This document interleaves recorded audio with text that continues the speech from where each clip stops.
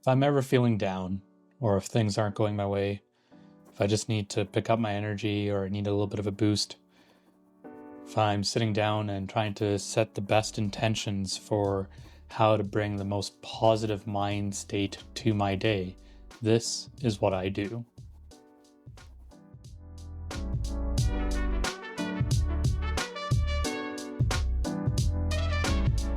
Life can knock you down. It can feel overwhelming.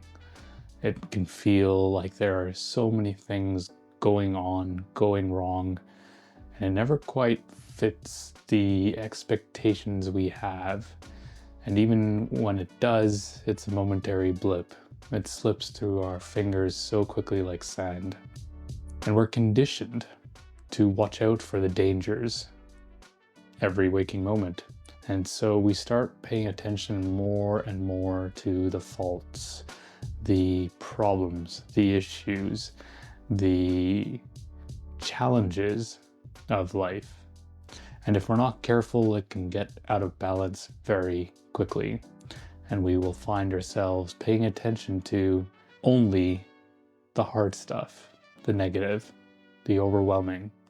And what we pay attention to is where our minds focus, and that becomes our entire mind space. One of the ways that I counter this is through the practice of gratitude journaling. It's a way to shock the system into focusing on the positive and then conditioning myself to continue to focus on the great things in my life and those around me. I find this is such a beautiful practice with the use of stationery as a tool to really help center, to really help gravitate towards the positive, to put an opposition to all the negativity that we are faced with, that we are burdened with, all the challenges and the problems that we have to tackle. How does one gratitude journal? Or how do I gratitude journal? Currently, I'm using my traveler's notebook to do that. The reason being, it's because it's always on me or within my reach, and it houses my personal commonplace.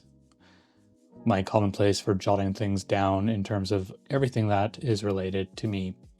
And I typically flip through it on a very frequent basis throughout the day. And how I start with my gratitude journal, and I typically do this first thing in the morning or sometime in my morning routine.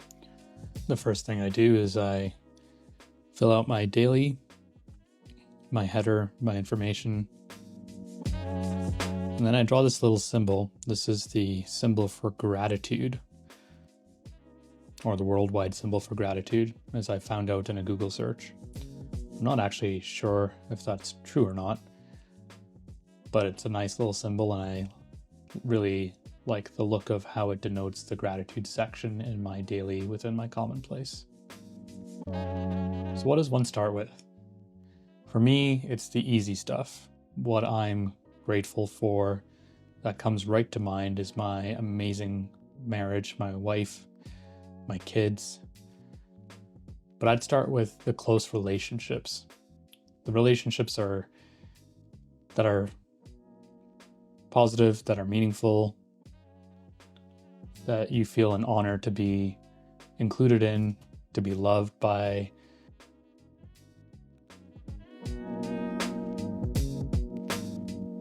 This just gets the fire started. And then I find once I do this for about 10 seconds, I can easily get into the headspace of just quickly jotting things down. For me right now, exploring my creativity through this channel, having a creative outlet. My job is creative, but in a very different way. So this is really nice to be focused in on something that utilizes a little bit more of my artistic endeavors, I suppose. And it doesn't have to be deep when it comes to gratitude or what you're writing things down that are grateful. It can be superficial, however you define superficial. For me, that's sometimes my material things or possessions, such as my stationery items. And as I'm writing things down, I like to be succinct, to the point, because I'm going to refer to this throughout the day. But while I'm writing things down, I'm thinking about all the tangential things that are related. My stationary items allow me to slow down, to be intentional. My camera allows me to be in the present moment. And it doesn't have to follow a set order. I circle back on the relational stuff sometimes. I think about small events, big events.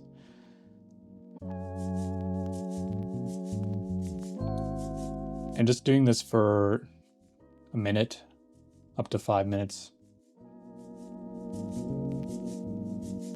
really helps. I find the morning is the best time for me because then I can come back to these few succinct bullet points throughout the day. I'm not trying to make this pretty. Sometimes the grateful section only is truly 2 or 3 lines, and other times it's half a page as I'm writing here. I write about work.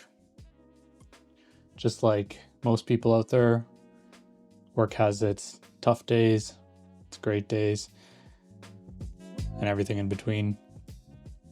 For me, it's just reflecting on the idea of having the opportunity to work, to provide for my family, to provide for myself. I'm very grateful for that, and that might not be the case for you. The point is to write things down that get the heart open, to get that headspace to relax a little bit, to expand, and to start reflecting on all the good that is available to you right now.